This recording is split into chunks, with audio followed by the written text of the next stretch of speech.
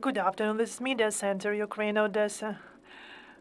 This is the first briefing for today, but first I would like to congratulate everyone on the Independence Day. And our first topic is open drill for civilians under the guidance of experienced instructors of the Azov Special Forces Brigade. Our speaker is Yaroslava Kashka, head of recruitment of the Azov Brigade. Yaroslava, could you please share more details about the drills that will be kept in Odesa and in other cities? I would like to welcome everyone. I would like to congratulate everyone on the Independence Day, and I would like to remind that everyone should remember about the price we have been paying for our independence when it comes to this drills. This is the whole series of drills covering the whole of Ukraine. The first event took place in Kyiv. We have also held it in Lviv, and now we are getting ready for the drill in Odesa that will take part this weekend on Sunday. And our target audience, everyone who wants to participate, both for the military and civilians, but it will be more interesting for civilians because we'll provide basic knowledge during that event. But everyone can join us. The drill is for the pool of 60 participants. It will cover such topics as tactics, tactical medicine, and we are going to share basic information about first aid, tactical training, and of course that information will be not enough for the full military service, but this will allow people to understand their physical condition and general knowledge. The drill takes around 2 hours, like several topics covering 2 hours, so it will be from 9 till but of course our classes cannot be just 45 minutes. It should be at least 2 hours for us to be able to train our participants, for them to get knowledge. We are going to expand our drills to add some topography, but it will depend on the demand. And today, I can say that despite the fact that the full-scale invasion started more than a year and a half, we can see still demand among civilians, our military. That's why we decided to organize such training. As far as I understand, the Azov Brigade has been actively recruiting people, not waiting for territorial recruitment centers to send people to them. You actively invite people to join your brigade. And are you going to invite the participants of your drills to your brigade? And is it related to the general recruitment to your brigade? Yes, of course, we have a recruiting campaign, but we do not take people by force. So our principles include voluntary service, willingness, motivation to join the best, because the training will be hard, the service will be also hard, and people should fully understand their responsibility. And if people are not motivated, we cannot force them to join our brigade. But such drills are aimed at providing at least some basic knowledge to people, for people to understand how we train, what we can offer, and of course this is only a small part of the whole course of the basic training that we can provide for those who want to join us. But with such open drills, we want to show to people that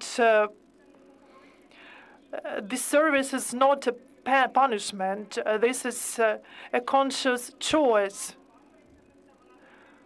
for people to voluntarily join our Forces, our brigade, and we even have cases that if some people apply, but then they understand that they are not ready, we do not force them to undergo the full training. For us, it is very important to have people who are fully motivated. The whole training is for 4 weeks, and it is really very hard and very difficult, but it will be even more difficult in real operations. And with our open drill, we would like to show civilians who have never been involved in any military activity what they can expect. And of course, we want to train people because as our practice shows, sooner or later, fortunately or unfortunately, these people will use the knowledge that we provide. And these are basic things which are needed for everyone, because people should always train and keep their physical conditions, especially nowadays. Am I right in understanding that the instructors that will be in Odesa will be the same instructors that provide the full training for the Azov Brigade? Yes, our instructors are the servicemen in our Azov Brigade. They are very experienced. These are people who were in Mariupol, who were at Azovstal, who were captured, who returned home. These are people nicknamed Himik and the friend Hassan. And these people are experienced and they can properly inform civilians about what should be done in the combat zone.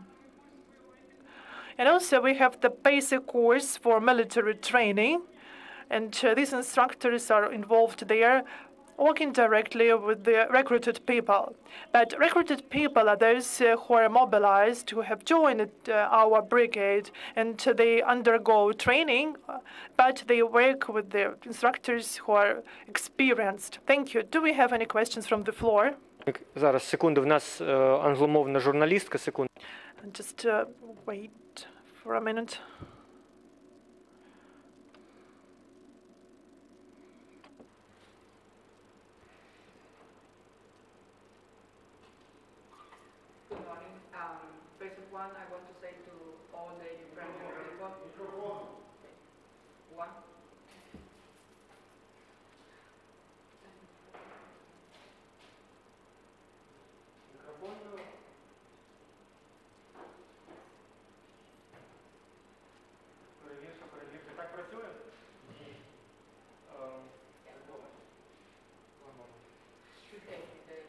Зараз, Ярослава, We need to change the batteries in the mic.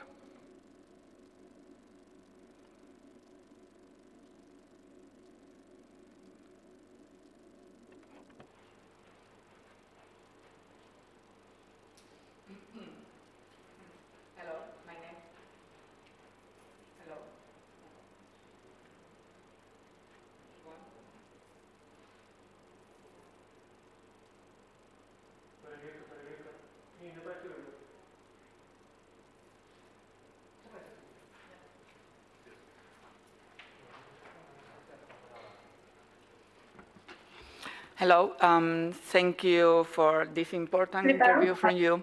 First of all, I want to say to all the Ukrainian people in the Day of the Flag, thank you so much for what you've proven and demonstrating in the war.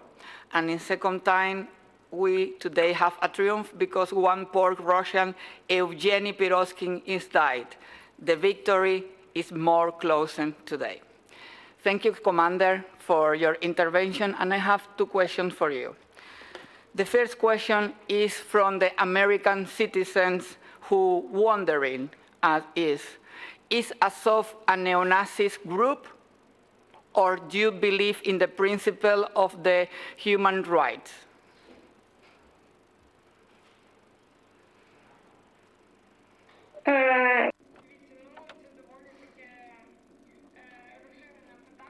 This is a general question.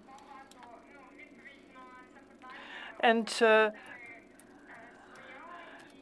Every person have their own answer to this question.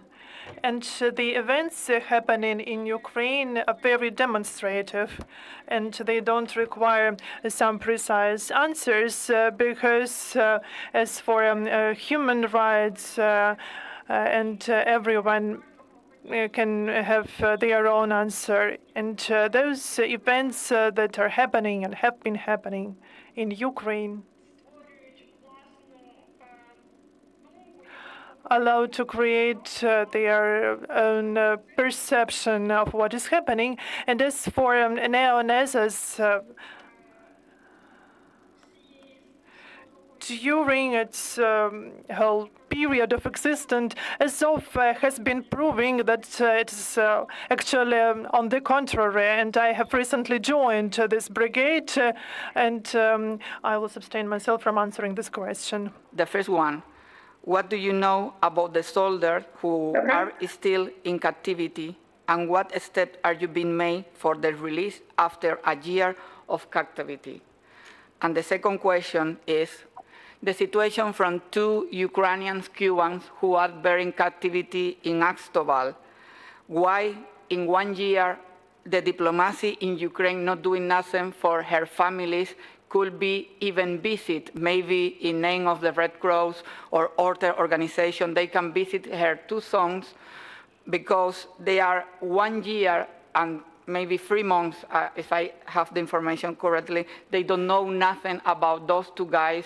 And I know you sharing soldiers each time, and what happened with those in specific or in another situation case where they have last name Spanish and not Ukrainian properly, even they are Ukrainian, and they are not in the list on the soldiers foreign release sooner.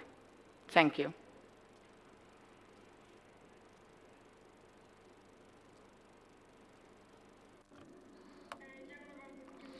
Thank you very much for your questions. They're not related to recruitment, but I'd like to say that today our comment is doing everything and even more to bring all their people back from the captivity. And you know, and I think that you've heard from our people who are returned from the captivity, and they say that unfortunately there were no representatives of the Red Cross. And they say that the third party do not do enough for the proper conditions in captivity. And now more than 1,000 people of our Brigade 3057 are in captivity. We cannot have a contact with them, but coordination headquarters does everything possible and impossible to have them back. As for the list of people of our servicemen who are in captivity, we have a patronage service which is called Angels of Azov. This is, and we have the NGO called Azov Style Families. We're in close communication with them, and they also work for these people to be bring back from the captivity. We monitor all lists. There are hotlines, and you can also apply to those hotlines to get more precise information about people who are in captivity or those who are missing in action. We, as the recruitment service, are not involved in the process, but the comment of our brigade, and I think that you've seen that, and we always insist on that, does everything possible to fight for our guys. Thank you. Так, дуже дякую за. Thank you very much for your answers to the questions. Do you have some other questions from the floor? And just coming back to the topic of our press conference, to summarize, am I right in understanding that during these open drills you provide information about first aid, tactical skills, tactical medicines? What other topics do you usually cover? Yes, this drill is introductory one. There are two classes for 2 hours each. One of is devoted to tactical training, another to tactical medicine, where people can learn basic skills about first aid and the basic tactical knowledge. And the civilians can also just talk to the representatives of our brigade to ask them questions and to learn something new. And I think that in the future we will expand our drills, including the specifics of different locations and perhaps the separate activities if there is demand. Just to summarize, I would like to say that we are astonished in a positive way with the readiness and consciousness of our people, that all Ukrainians understand how important it is. People eagerly participate in our drills, and we are happy to see feedback of our participants and the huge demand. And we understand that our work is not in vain, and we want to work even more. You can follow our announcements, and in the future we are going to expand our trainings. And I think that for all participants of our drills, they will be able to get a lot of useful skills that they will be able to use in the future. Thank you, Yaroslava. Thank you for information about these drills, and we will just share information about how people can join your drills in our in articles, and would like to congratulate you once again on the Independence Day of Ukraine. Thank you very much. Our next briefing will be at noon. That will be the briefing with the main architect of our region. And we will discuss such issues as the development of the single space in the region. Stay tuned.